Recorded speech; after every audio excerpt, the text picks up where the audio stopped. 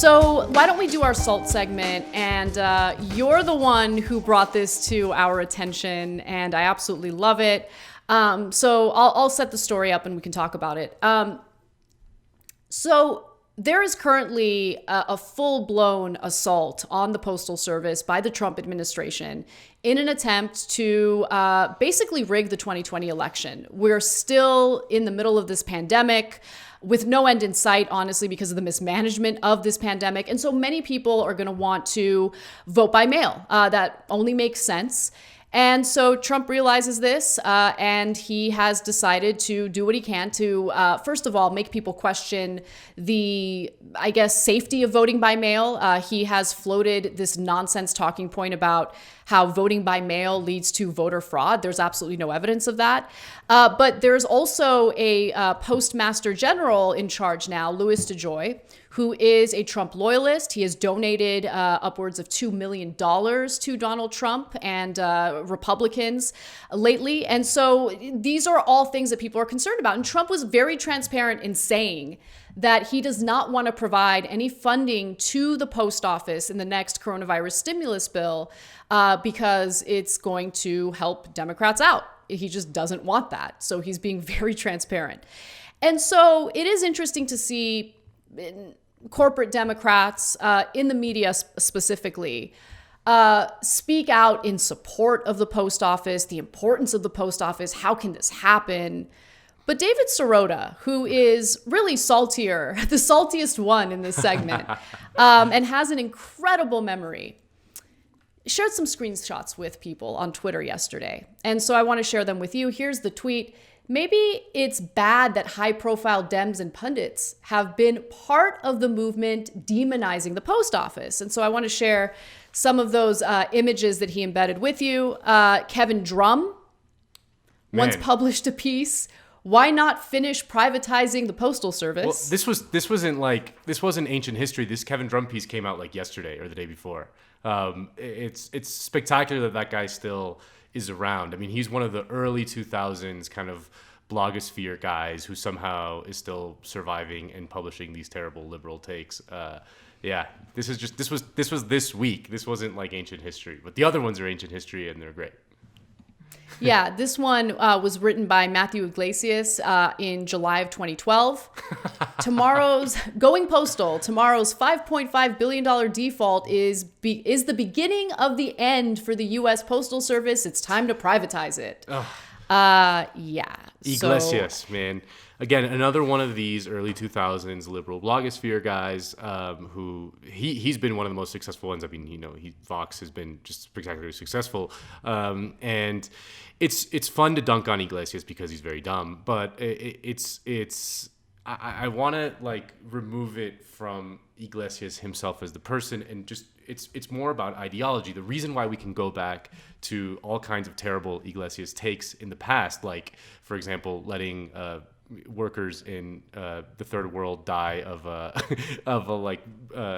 fire in a factory because these regulations are bad, is because it's the ideology that leads logically towards those bad takes, right? It's the dominant liberal ideology of which Iglesias is one of the high priests of. That's why it's so easy to just like Google search Iglesias from 2010 or earlier or whatever, like whether it's the Iraq War or worker protections or privatizing the Postal Service. That's why they're always wrong, because their ideology is wrong. Yeah, and also, there was a sobering tweet by the Lincoln Project, which is a group of Never Trump Republicans. They're, of course, endorsing Biden because they want Trump out.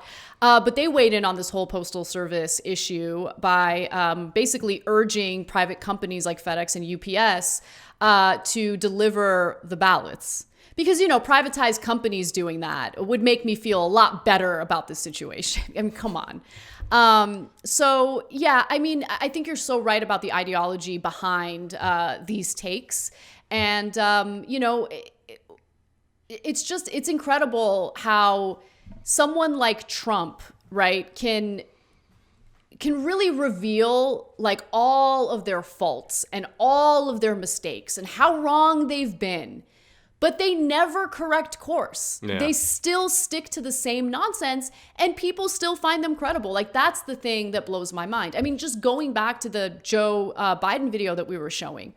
Joe Biden, at this point in the pandemic, as tens of millions of Americans have lost their private health insurance because they got fired, laid off, furloughed, he's still saying, like, no, our system's great. All we need to do is provide a public option, which would be underfunded, which would probably be very useless, which we probably wouldn't even try to pass in my administration. Let's keep it real. Like, I mean, he has spent so much time since he won the nomination basically slapping progressives in the face. Yeah. I mean, AOC gets a pre-recorded 60-second speech, literally, at the DNC.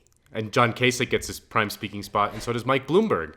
Talk about intersectionality. But it's, we're talking a lot about Mike this show because it was his birthday. But one of the things he loved to talk about was that even if he disagreed with like the awful neoliberal Democrats and Tony Blair types from the 1990s, he could respect their kind of strategic hustle and their ability to just have like some sort of backbone and actually like exercise power. And today's Democrats and liberals just don't have even that. Like, I mean, they have the same terrible takes, but they don't have the sort of same savvy to exercise power.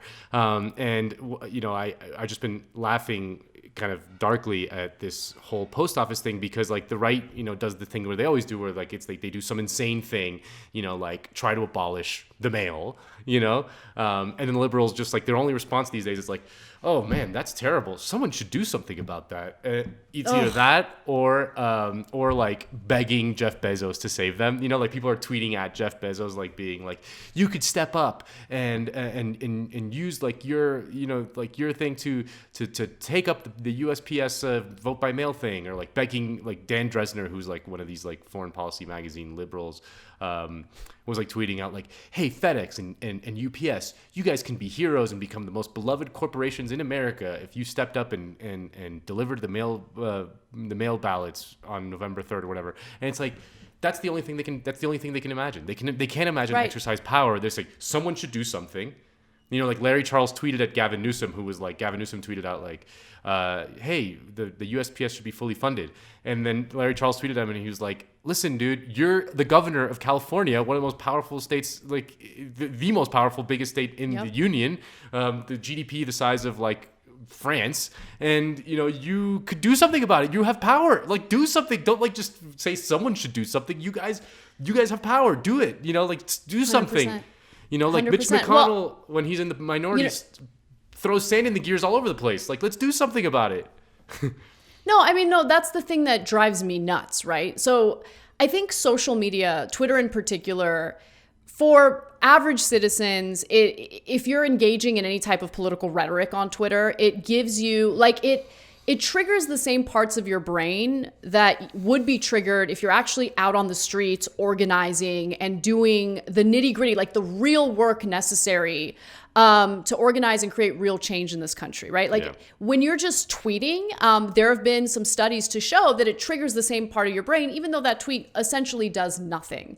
And now what we're seeing is like basically like woke Twitter activism by our elected lawmakers who are on vacation right now. Okay? They're on recess, Senate and House of Representatives, while 1,000 people are dying a day from this pandemic. Donald Trump is trying to rig the election. There's still no agreement on a stimulus bill. Where are you guys? Get your asses back to Capitol Hill. Feckless losers. That's what we have elected in Congress right now. Yes. Okay? Yeah. And it's just beyond frustrating. It's beyond frustrating. And why don't we go ahead and trust our democratic process in the hands of privatized companies who have a profit motive? Let's do that. That's a great idea. Fantastic. Bhaskar Sunkara had a great piece in the Guardian this week on the U.S. Postal Service, and the U.S. Postal Service really is a remarkable organization in so many ways. I mean, it's a model that I think we should be using for a lot more things. Things like the news, for example, like is something that would be interesting to have like a a version of a public entity that did like the news kind of, but with the same types of protections and independence that the U.S. Postal Service has. And, he was talking about how we should expand it to include, postal banking, and you can even imagine like the U.S. Postal Service being able to like deliver food for the elderly and the poor who don't have it, because it's got this just a vast network and all these workers that are, able to logistically handle all kinds of things. But yeah, it's horrifying to see the dumb libs, just being like, oh my goodness, someone should do something like that. Or like Kevin Drum writing in Mother Jones magazine, of all places, saying like, nah, you should just privatize it. That's a good idea. It's just, these people are they're feckless idiots. I hate them so much. Definitely. And just to give everyone an update on a piece that David Sirota actually just published about the post office. Look, Trump was looking to dismantle the post office well before anyone even really realized it. And he did so with the help of a bipartisan effort in the Senate. So let me give you the details. And you guys can read this piece in Jacobin. So Sirota and Matthew Cunningham Cook write that Donald Trump and Washington lawmakers put the Postal Service under the control of a former Republican National Committee chairman who has also led the Senate GOP's major super PAC. Trump nominee Mike Duncan, also appointed to the USPS's Board of Governors in 2018, and was unanimously confirmed by the Senate in December of 2019 to a full 7-year term. Duncan currently chairs the board. So he has a massive amount of influence on the board of the board of the Postal Service. And in 2018, federal disclosure filings during his confirmation indicated that Duncan listed himself as the current chairman of the Senate Leadership Fund, a $100 million Senate-focused Republican super PAC whose 2020 electoral goals could hinge on the vote-by-mail system during the coronavirus pandemic. And of course, just like the current Postmaster General, who is a Trump loyalist, he is invested in competitors to the U.S. Postal Service. So there is a vested interest to dismantle the Postal Service on top of basically rigging this upcoming general election. It's one of those things that you're just like, what do you, it's just, everything is awful. I mean, the worst people in the world are in power. And we don't have a proper opposition party to do like even the bare minimum you can expect to at least make this a bigger issue, at least make this, be real demagogues. I don't know, like get out there. It's look, really I'll probably get in trouble for saying this, and I don't really care. I mean, you've heard Schumer and Pelosi speak, right? Yeah. I mean, are they effective, No. using the bully pulpit? No, No. of course not. Of course. No. That's why they're giving AOC a 60-second speech that's pre-recorded and pre-approved. Because she threatens, the Democratic establishment and their neoliberal ideology. And they know she's an effective speaker. Yeah, exactly. Yeah.